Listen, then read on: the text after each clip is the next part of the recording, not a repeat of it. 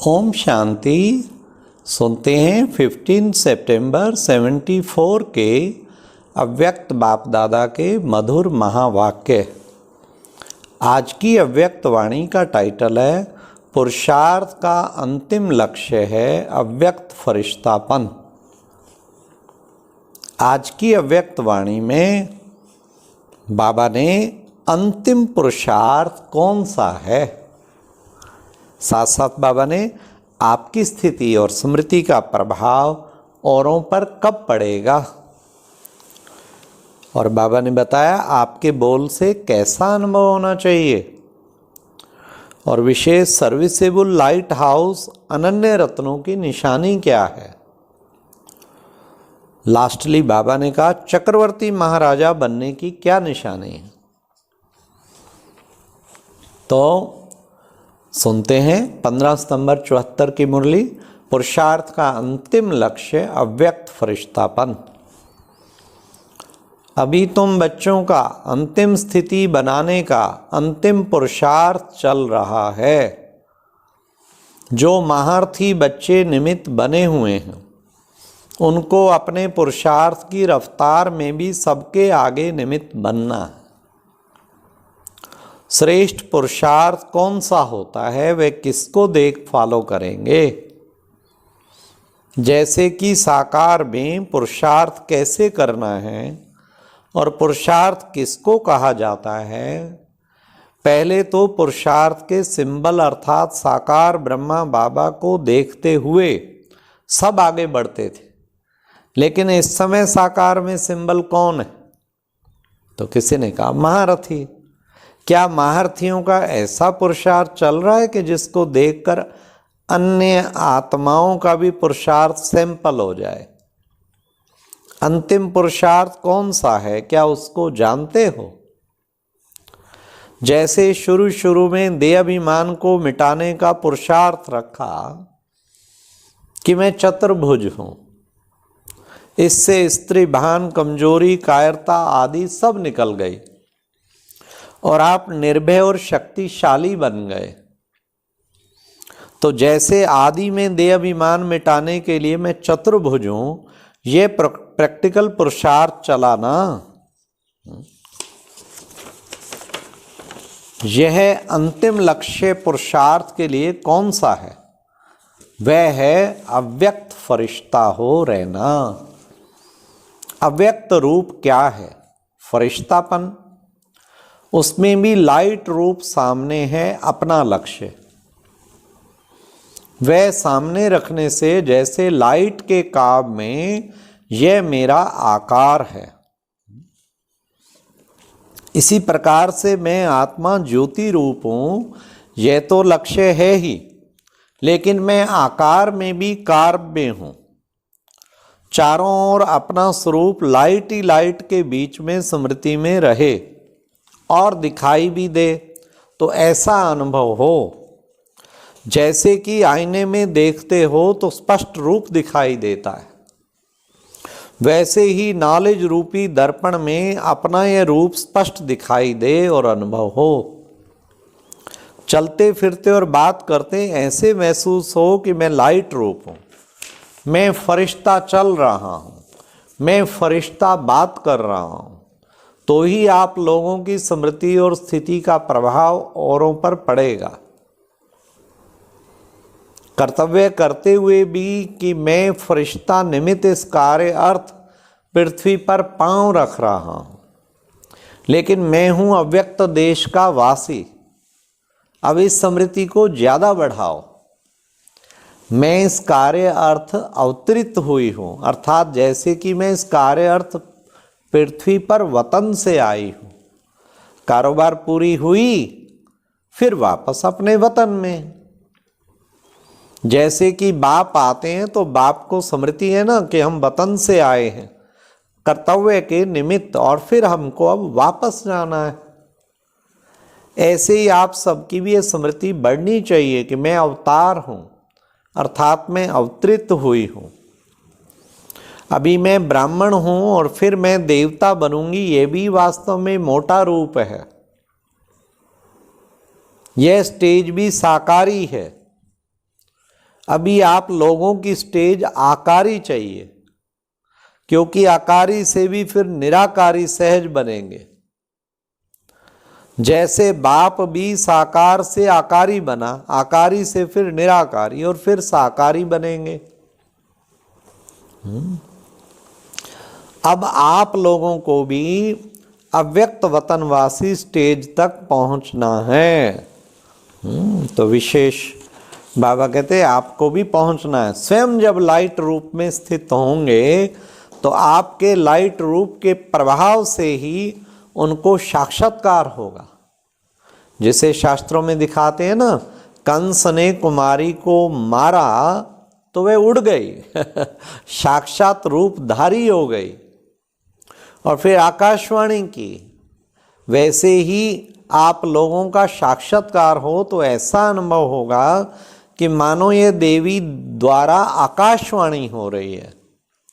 यह सुनने को इच्छुक होंगे, यह देवी या शक्ति मेरे प्रति क्या आकाशवाणी करती है। आप में अब यह नवीनता दिखाई दे। साधारण बोल नजर ना आए, ऊपर से आकाशवाणी हो रही है, बस ऐसा अनुभव हो। अभी इस समय कोई को आकर्षण करना, हिम्मत और उल्लास में लाना, यह सर्विस रह गई है। तो फर्क आ जाता है ना। इससे भी आगे बढ़कर यह अनुभव होगा कि जैसे कि आकाशवाणी हो रही है। कहेंगे यह तो कोई अवतार है और यह कोई साधारण शरीरधारी नहीं है, अवतार प्रकट हुए। जैसे कि साक्षात्कार में अनुभव करते करते देवी प्रकट हुई, महावाक्य बोले और प्रायलोक। अभी की स्टेज व पुरुषार्थ का लक्ष्य यह होना है। अब स्थूल कारोबार से भी जैसे कि उपराम होते जावेंगे। इशारे में सुना, डायरेक्शन दिया और फिर अव्यक्त वतन में जैसे साकार में देखा था ना, अनुभव किया, नीचे आए, डायरेक्शन दिया, सुना और फिर ऊपर। शुरू और अंत की कारोबार में रात और दिन का अंतर दिखाई दे। अभी जिम्मेवारियां तो और भी बढ़ेंगी। ऐसे नहीं कि जिम्मेवारियां कम होंगी तब फरिश्ता बनेंगे।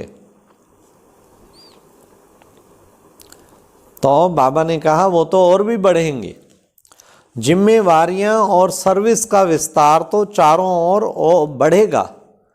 जैसे अब विदेश की भी सर्विस बढ़ी ना और विस्तार भी हुआ ना, ऐसे ही भिन्न भिन्न प्रकार की जो सर्विस हो रही है वह बढ़ेगी जरूर। विश्व की हर प्रकार की आत्माओं का उद्धार होने का गायन भी शास्त्रों में है। प्रैक्टिकल में हुआ ना, तब तो इसको शास्त्रों में गायन है। यह सब होगा। अब तो एक एक स्थान पर बैठे हो, फिर 10-10 स्थान संभालने पड़ेंगे। फिर तो एक जगह बैठ भी नहीं सकेंगे। अभी तो 6-8 मास एक ही जगह बैठते हो, लेकिन फिर तो लाइट हाउस मिसल चारों ओर सर्विस करते रहेंगे बाबा ने कितने रहस्य खोलते जा रहे हैं बाबा। हाँ, जो निमित्त बने हुए मुख्य सर्विसेबल हैं और राज्य भाग की गद्दी लेने वाले हैं, ऐसे अनन्य रतन लाइट हाउस मिसल घूमते और चारों ओर लाइट देते रहेंगे। लाइट हाउस का भी प्रैक्टिकल रूप चाहिए ना। एक अनेकों को लाइट देंगे, बेहद विश्व के मालिक, और फिर वह कोई एक एरिया के हद का ही जिम्मेवार हो, ऐसे तो हो नहीं सकता। चाहे निमित्त मात्र भले हो ही उनका एक ठिकाना हो। जैसे लाइट हाउस का भी निमित्त ठिकाना तो एक है ना, लेकिन सर्विस एक ठिकाने की नहीं करते, बल्कि चारों ओर लाइट फैलाते हैं। इसी रीते स्थान भले एक ही होगा, लेकिन जो अपने में विशेषताएं होंगी या शक्तियां हैं, उसका लाभ चारों ओर हो। अभी तक सिर्फ एक स्थान पर ही आपकी विशेषता का लाभ है, सूर्य एक स्थान को ही रोशनी देता है क्या? हाँ, तो आपकी भी विशेष शक्ति रूपी किरणें चारों ओर फैलनी चाहिए ना, नहीं तो मास्टर सर्वशक्तिवान और ज्ञान सितारे आप कैसे सिद्ध होंगे? मास्टर ज्ञान सूर्य अर्थात बाप समान, सितारे होते हुए भी बाप समान स्टेज, वह तो अष्टरत्न ही प्राप्त करेंगे ना। अगर कोई सितारा एक ही स्थान पर अपना प्रकाश फैलाता है और वह टिमटिमाता उसी अपनी एरिया में ही रोशनी देता है, तो उसको मास्टर ज्ञान सूर्य व बाप समान नहीं कहेंगे। जब तक वह बाप समान की स्टेज पर नहीं आया तब तक बाप समान तख्त नहीं ले सकता। इसलिए अपनी स्टेज ऐसी बनाओ जो सर्विस बढ़े। चक्रधारी बनने से ही चक्रवर्ती महाराजा बनेंगे। यहां चक्रधारी और वहां चक्रवर्ती, जिसमें लाइट का भी चक्र हो और सेवा में प्रकाश फैलाने वाला चक्र भी हो, तभी कहेंगे चक्रधारी। ऐसा चक्रधारी चक्रवर्ती बन सकता है। चलते फिरते लाइट का चक्र हर एक को दिखाई देगा। जैसे इन आंखों से दिखाई पड़ रहा है ना, आश्चर्य खावेंगे कि ये सचमुच है व मैं ही देख रहा हूं। आपके लाइट का रूप और लाइट का क्राउन ऐसा कॉमन हो जाएगा कि चलते फिरते सबको दिखाई देगा कि ये लाइट के ताजधारी हैं। इतना प्रसिद्ध हो जाएगा। फिर बाबा ने कहा वह तब होंगे जब बीच बीच में अपने इस स्वरूप की स्मृति लाते रहेंगे। साकार ने भी गुप्त पुरुषार्थ किया, इस प्रकार आप लोगों को भी गुप्त पुरुषार्थ व गुप्त मेहनत करनी है। इतना टेंशन है, टेंशन होते हुए भी अटेंशन रहे। अभी तो फिर भी रात और दिन में आराम करने का टाइम मिल जाता है ना, लेकिन फिर तो रेस्ट लेना यह भी समाप्त हो जाएगा। लेकिन जितना व्यक्त लाइट रूप में स्थित होंगे उतना ही शरीर से परे का अभ्यास होने के कारण यदि 2-4 मिनट भी जैसे कि अशरीरी बन जाएंगे तो मानो जैसे कि 4 घंटे का आराम ले लिया। ऐसा समय आएगा जो नींद की बजाय 4-5 मिनट अशरीरी बन जाएंगे। जैसे कि नींद से शरीर को खुराक मिल जाती है, वैसे ही यह भी खुराक मिल जाएगी। शरीर तो पुराने ही रहेंगे, हिसाब किताब पुराना तो होगा ही, लेकिन सिर्फ उसमें यह एडिशन होगी। तो बाबा ने कहा ये केवल एडिशन होनी है। तो बाबा इनसे ही चढ़ती कला का प्रैक्टिकल स्वरूप क्या होता है, उसमें सर्व का भला होता है। इनसे ही चढ़ती कला अपना पुरुषार्थ देख सकेंगे। सर्व का भला ही सिद्ध करता है चढ़ती कला है। वास्तव में यही थर्मामीटर है। मैं विघ्न विनाशक हूं, इस स्मृति की सीट पर स्थित होकर कारोबार चलाएंगे तो विघ्न सामने तक भी नहीं आएंगे। अच्छा, ओम शांति, ओम शांति।